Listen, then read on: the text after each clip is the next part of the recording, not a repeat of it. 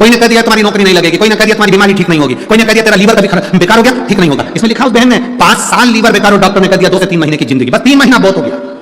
तो क्या हम मान लेंगे कि हमें मरना है? हम मान लेंगे हम मर गए ना। इतनी जल्दी हिम्मत नहीं हारना।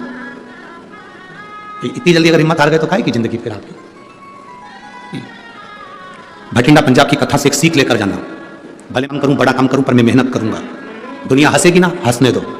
कुबेरेश्वर बाबा का नाम लेकर, कुबेर भंडारी का नाम लेकर इतनी मेहनत करूंगा कि एक दिन मैं भी अपना पत्र लिखकर व्यासपीठ पर भेजूंगा कि मेरा भी व्यापार मेरे बाबा ने संभाल लिया। कर्जा हो गया, कई लोग कहते हैं मेरा बहुत कर्जा हो गया, मैं मर जाऊं तो अच्छा। काहे को मरना? तुम मर जाओगे तो कर्जा खत्म हो जाएगा। फेल हो गए तो सोचा कि मैं मर जाऊं तो क्यों मरना?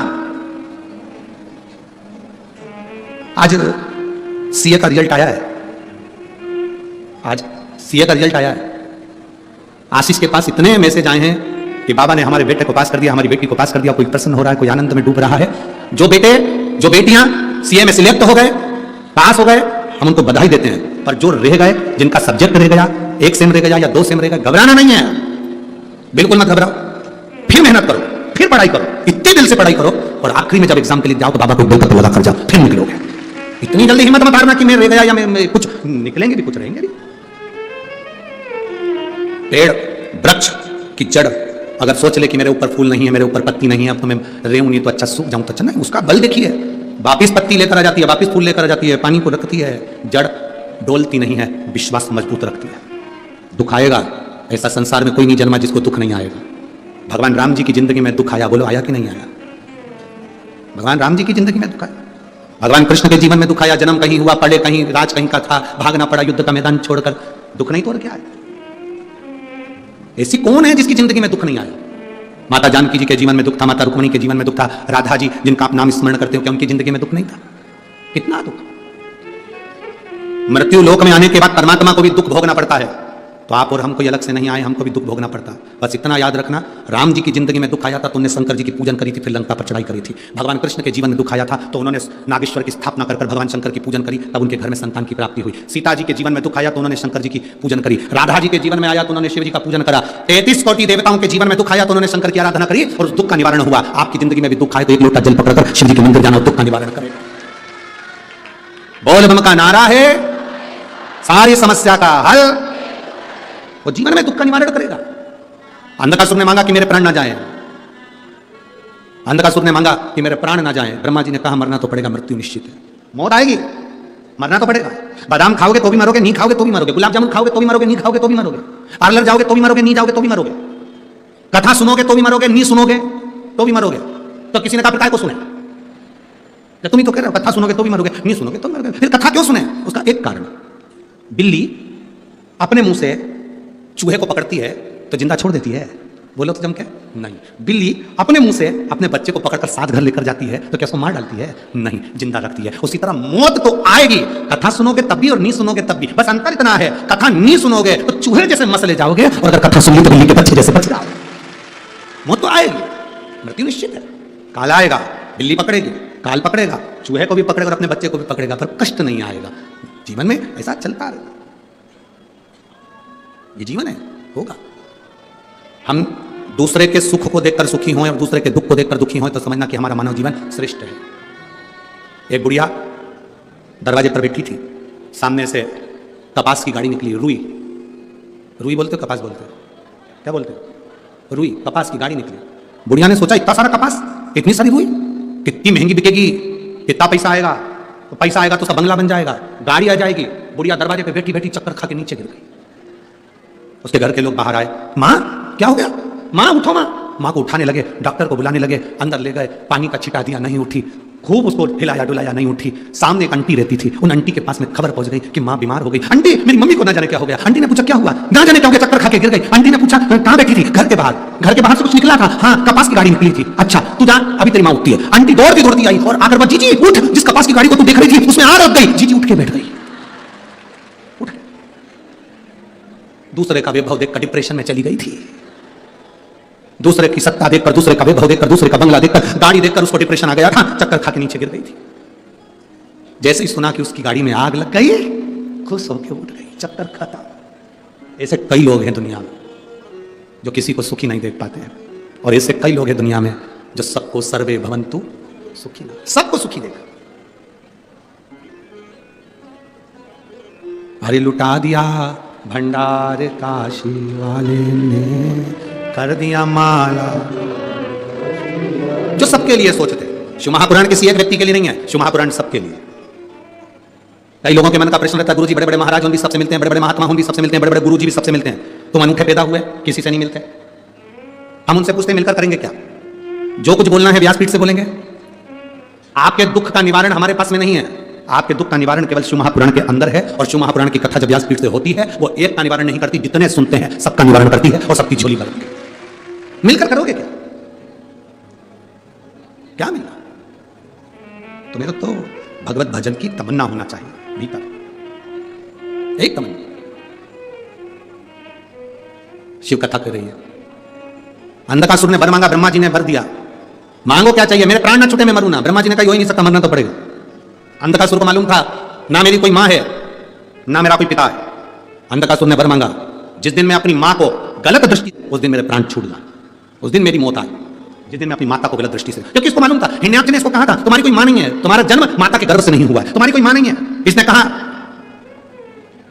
जिस दिन मैं अपनी माता को गलत दृष्टि से देखूं उस दिन मेरे प्राण छूट जाए। ब्रह्मा जी ने तथास्तु कर दिया।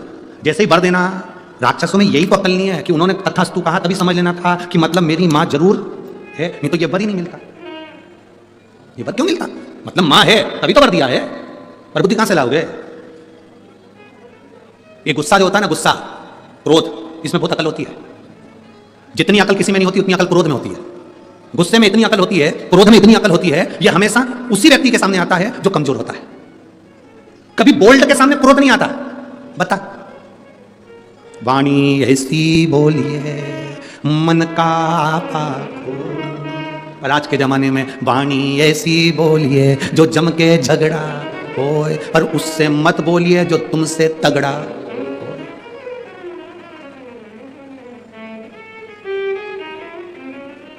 एक पत्र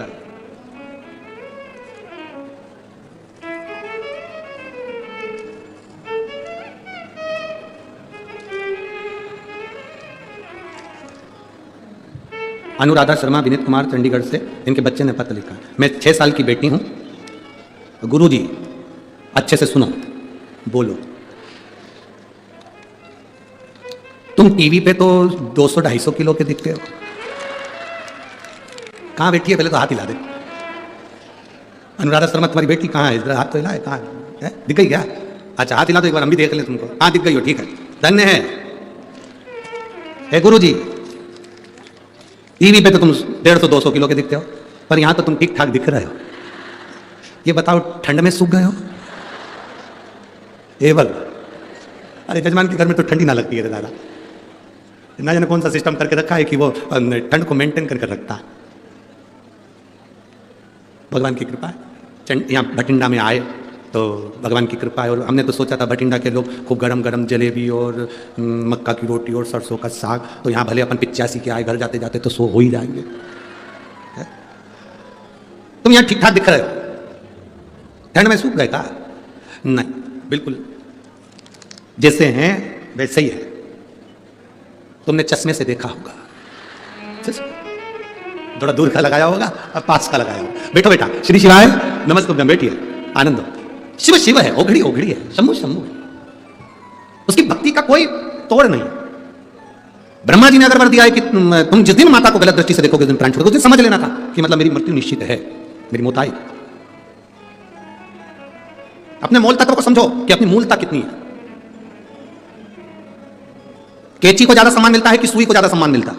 जम के बोलिए जल्दी से, किसको सम्मान ज्यादा मिलता है? सुई को। कैंची को कपड़ा काट कर नीचे पटक दिया जाता है, कोई सुई को नीचे पटकता है क्या? नहीं। कैंची को कपड़ा काटकर पांव के नीचे दबा दिया जाता है, कोई सुई को पांव के नीचे दबाता है क्या? नहीं। कैंची को कपड़ा काटकर साइड में रख दिया जाता है, कोई सुई को साइड में रखता है क्या? नहीं। सुई को जब भी रखेंगे तो कोई कपड़े में फंसा कर रखेंगे, इस टोपी में फंसा कर रखेंगे, या किसी कागज में फंसा कर रखेंगे, या किसी कपड़े में उसको संभाल कर रखेंगे, या डब्बी में उसको संभाल करेंगे। कैंची को तो कहीं पे भी टांग दो, यहाँ पटक दो, वहां पटक दो, टांग दो, टंगी रहेगी, पड़ी रहेगी। कैंची कितनी भी सुंदर हो पर वो नीचे ही पड़ी रहती है। सुई छोटी सी, उसकी कोई कीमत नहीं है। 1 रुपए की 2 आ जाएगी, कैंची 1 रुपए में 2 नहीं आएगी, पर सुई की कीमत है। क्यों? क्योंकि कैंची का काम है टुकड़े करना और सुई का काम है जोड़ देना। जो दुनिया में जोड़ता है उसकी कीमत बढ़ती जाती है। जो जोड़ता है उसकी कीमत बढ़ती है। आप जोड़ो, उसकी कीमत होगी। आप किसी को भजन में जोड़ो, किसी के घर में दुख है, आप जाकर के दो, एक लोटा जल चढ़ाओ, शंकर का नाम लो, श्री शिवाय नमस्तुभ्यम बोलो। अगर जीवन में तकलीफ है, भगवान का भजन कर। तकलीफ है, शिव मंदिर जा। तकलीफ है, एक रुद्राक्ष लेकर आ। तकलीफ है, शंकर का अनुमोदन कर, स्मरण कर। आपने उसको कुछ नहीं दिया, एक बल दिया। चिंता मत कर, ऐसी कई बीमारियां हमने देखी हैं, समाप्त हो गई हैं। कई बीमारियां लोगों की खत्म हो गई। क्या हुआ? कैंसर हुआ ना, कोई दिक्कत नहीं। लीवर खराब हुआ ना, कोई बात नहीं। किडनी बेकार हो गई ना, कोई बात नहीं। शंकर का भजन कर विश्वास के साथ। एक हमारे सीहोर में अनिल जी सांडिल्य रहते हैं, बगी खाने में। अब वो अनिल जी सांडिल्य रहते हैं, उनकी बहन भोपाल में रहती है, अनिता वैद्य। उनकी किडनी पूरी डैमेज थी, बहुत किडनी लीवर काम नहीं कर रहा था। वो पहली बार जब कुबेरेश्वर धाम पर आई और अनिल सांडिल्य जी उनको लेकर मिलाया, उन्होंने कहा ये मेरी बहन है और इनकी किडनी लीवर काम नहीं कर रहा है।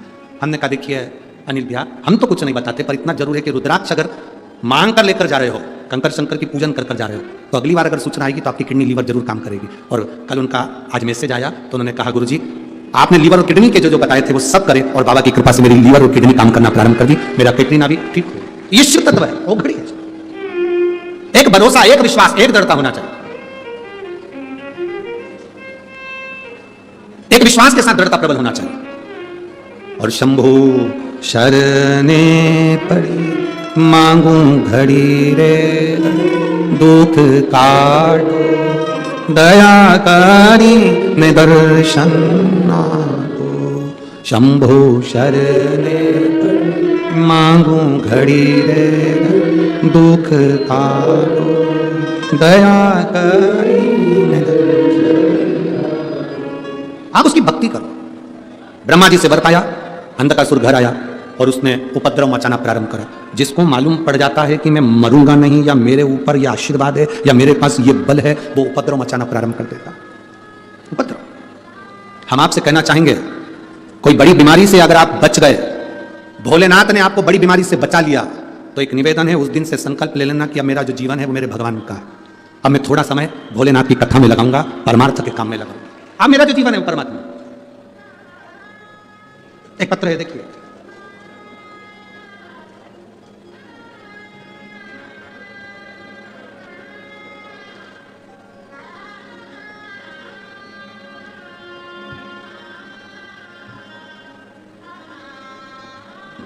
मैं कमला देवी, पत्नी श्री राम बाबू सिंगला, जाखल मंडी, तहसील टोहना, जिला फतेहाबाद, हरियाणा की रहने वाली हूँ। मेरा मोबाइल नंबर ये, कहीं बैठी हैं?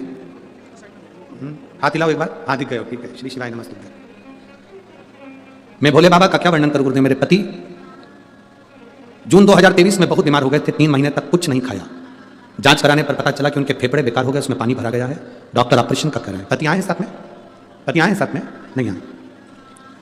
गुरुदेव डॉक्टर ऑपरेशन का कह दिए थे, तब हम बड़े दुखी हुए। तो हम 29 जून को बाबा की कथा का वर्णन श्रवण किया।